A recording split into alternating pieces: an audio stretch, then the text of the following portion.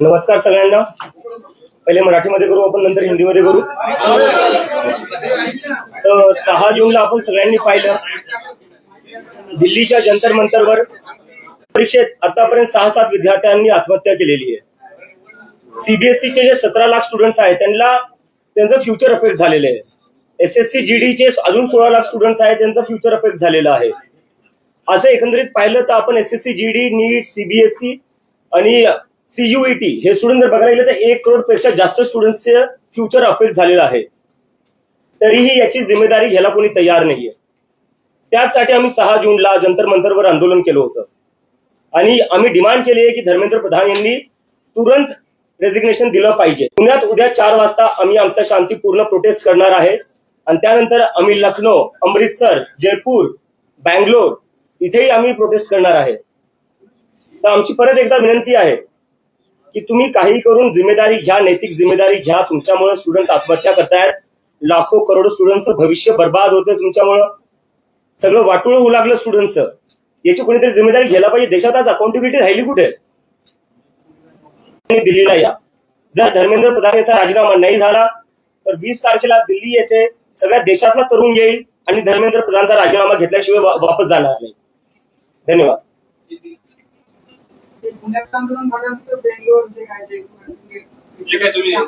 एकदा मी हिंदीत करून घेऊ आता बंद केले. आमचे सोशल मीडिया हॅक केले. ते नसते केलं तर मला अमेरिकेवर यायची गरज पडली नसती. तुम्ही विद्यापीठच का निवडलं? जिल्हाधिकारी कार्यालय विद्यापीठात काय प्रॉब्लेम आहे सर? नाही प्रॉब्लेम काय? परमिशन भेटलेली आहे, काही प्रॉब्लेम नाहीये.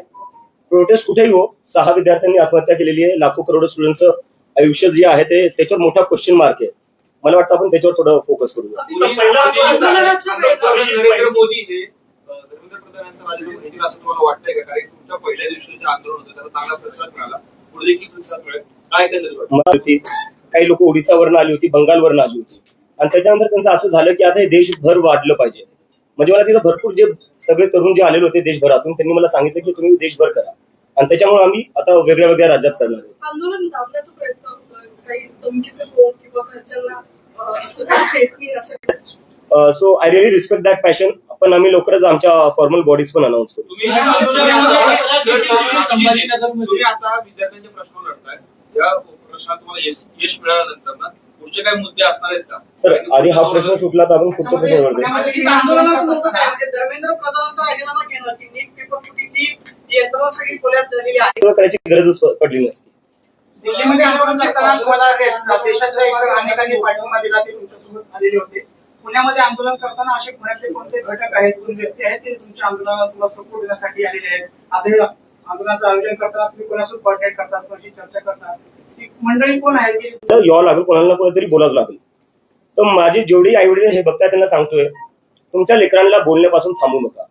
जोपर्यंत मी एकटा बोलत राहील तोपर्यंत असू शकता हे मला एकट्याला आवाज दाबायचा प्रयत्न करतील. पण जेव्हा लाखो करोडो स्टुडंट सोबत बोलतील ना तेव्हा यांची हिंमत होणार नाही कोणाचा आवाज दाबायला. आणि जेलमध्ये जर कोणाला टाकायचं तर मी जेलमध्ये जायला तयार आहे. तुमच्या लेकरांना जेलमध्ये जाऊन नाही देणार, मी त्याची जबाबदारी घेईल. पण तुमच्या लेकरांना तुम्ही बोलण्यापासून थांबू नका. नाही आता इथंच सर. तर दिल्ली पोलिसने एका आतंकवाद्याला परमिशन दिली असं म्हणायचं तुम्हाला? पुणे पोलिसने एका आतंकवाद्याला परमिशन दिली असं म्हणायचं? एक minute sir, I am answering sir please. ठीक आहे, लिगली करतोय आम्ही, म्हणजे बेस काय याच्यात? आणि चला ठीक आहे, हे एकदा मी अजूनही करतो. चला म्हणजे मी एक पाहिलं, वेदांत जो होता 17 वर्षाचा स्टुडंट, ठीक आहे, त्या 17 वर्षाच्या स्टुडंटला पाकिस्तानी बोलण्यात आलं जेव्हा त्यांनी सीबीएसई मध्ये काय घोळ चालला तो एक्सपोज केला. किती वर्ष लागले होते सर? ते वर्ष असं नाही, त्यांनी ते लढले म्हणून. हो पण किती वर्ष? आम्हाला 15 दिवस झाले सुरू होऊन. अभिजित, तुम्ही मध्ये तुम्ही इकडे थांबणार जाणार नाही, तुम्ही अमेरिकेत नेमकं कशासाठी होता? नोकरी होती, शिक्षण होतं, ते संपलं का? आणि त्यानंतर आता भारतात येऊन परत कायमस्वरूपी राहणार? पुढे मला एक रिस्पॉन्सिबिलिटी होती माझ्यावर, मी सुरू केलेलं, त्यामुळे की मला कुठे ना कुठे देशात वापस यावं लागेल आणि त्यामुळे मी आता इथं आलोय. काँग्रेस जनता पार्टीची आता राजकीय स्थापना झाली का? काय झालं पुढे? काय नाही, ही एक मुव्हमेंट आहे सर, ही एक मुव्हमेंट आहे. आणि मी परत तुमच्या सगळ्यांना रिक्वेस्ट करतो, मी ऑफेंड नव्हते सर, मी रिक्वेस्ट करतो. आणि 15 दिवस झाले, 15 दिवस नेमकं विचारायचं नाही, भारताबद्दल चर्चा होती, कारण की जर अमेरिकेत बघायला गेलं तर अमेरिकेची जी आयटी, हा खूप चांगला प्रश्न विचारला, याच्यावरून मला आठवलं. अमेरिकेची जी आयटी आहे, आयटी इंडस्ट्री, ते सगळे भारतीय चालवतात. सिलिकॉन व्हॅली जी आहे तिथे सगळ्या मोठ्या मोठ्या पोझिशन्सवर सगळे भारतीय आहेत. अमेरिकेत जर हायेस्ट तुम्ही अमेरिकेत शिक्षण घेतलंय, तिथली समजा एज्युकेशन प्रणाली पाहिली, काय बदल व्हायला पाहिजे, काय झालं पाहिजे, काय नाही, काय सर त्याच्यावर आपण नंतर बोलू. आता आपण मला हिंदी, हमें सबको मिलकर आवाज उठानी पड़ेगी. जब तक ये लोग हमारी बात नहीं सुनते, हमें सबको साथ में आना पड़ेगा. कब तक इस देश में स्टूडेंट सुसाइड करते रहेंगे, कब तक इस देश में पेपर लीक होते रहेंगे, कब तक इस देश में सर्वर डाउन होते रहेंगे और उसके बाद भी मंत्री अपनी कुर्सी पर बने रहेंगे. अगर आपकी एक गलती हो जाए, आपका फ्यूचर बर्बाद हो जाएगा. अगर आप कंपनी में कोई एक गलती कर दो, आपकी जॉब चली जाएगी. लेकिन या गलतियों पर गलतियां संबंधित आहेत, कुठल्या तरी विद्यार्थी चळवळ असेल किंवा धार्मिक संघटना असेल किंवा राजकीय पक्ष असेल किंवा जातीय पक्ष, मग हे ऑर्गॅनिक जनता पार्टी, कोकण जनता पार्टी कुठं आहे? ही सगळी कुठल्या संघटनेत काम करणारी मुलं आहेत. ऑर्गॅनिक जनता, तुम्ही काही माहिती घेतली का या तपासाच्या संदर्भात? आणि दुसरी गोष्ट, या तपासामध्ये प्रामुख्याने जी लोक पेपर फुटीत होती ती पुण्यातली सहभागी होती, त्याच्या मागे नेमकं कोण आहे याबाबत काही तुम्ही माहिती घेतली का? सीबीआय माझ्यासोबत का बोलेल सर? मला तर वाटतं माझ्यावर सीबीआय रेड होईल. तुम्ही काय त्यांच्याकडे विचारणा केली का? नाही. एवढे म्हणजे हजारो तरुण जंतर मंतरवर येत आहेत, तरी ते ऐकायला तयार नाही. तुम्हाला वाटतं ते माझ्या एका ईमेलवर राजीनामा देतील?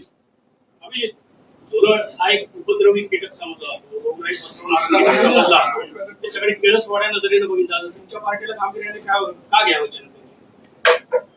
जुरण कुठं असतात? बीजेपी समर्थकों को छोड़ने को बोला है इसके करो पार्टी ज्वाइन कर. मुझे लगता है देश एक डेमोक्रेटिक कंट्री है, जिसको जो पार्टी शुरू करना चाहता है कर सकता है, उसमें कोई रोक नहीं होनी चाहिए. आगे जाके आपको जनता पार्टी कल जंतर मंतर से ज्यादा सपोर्ट होगा.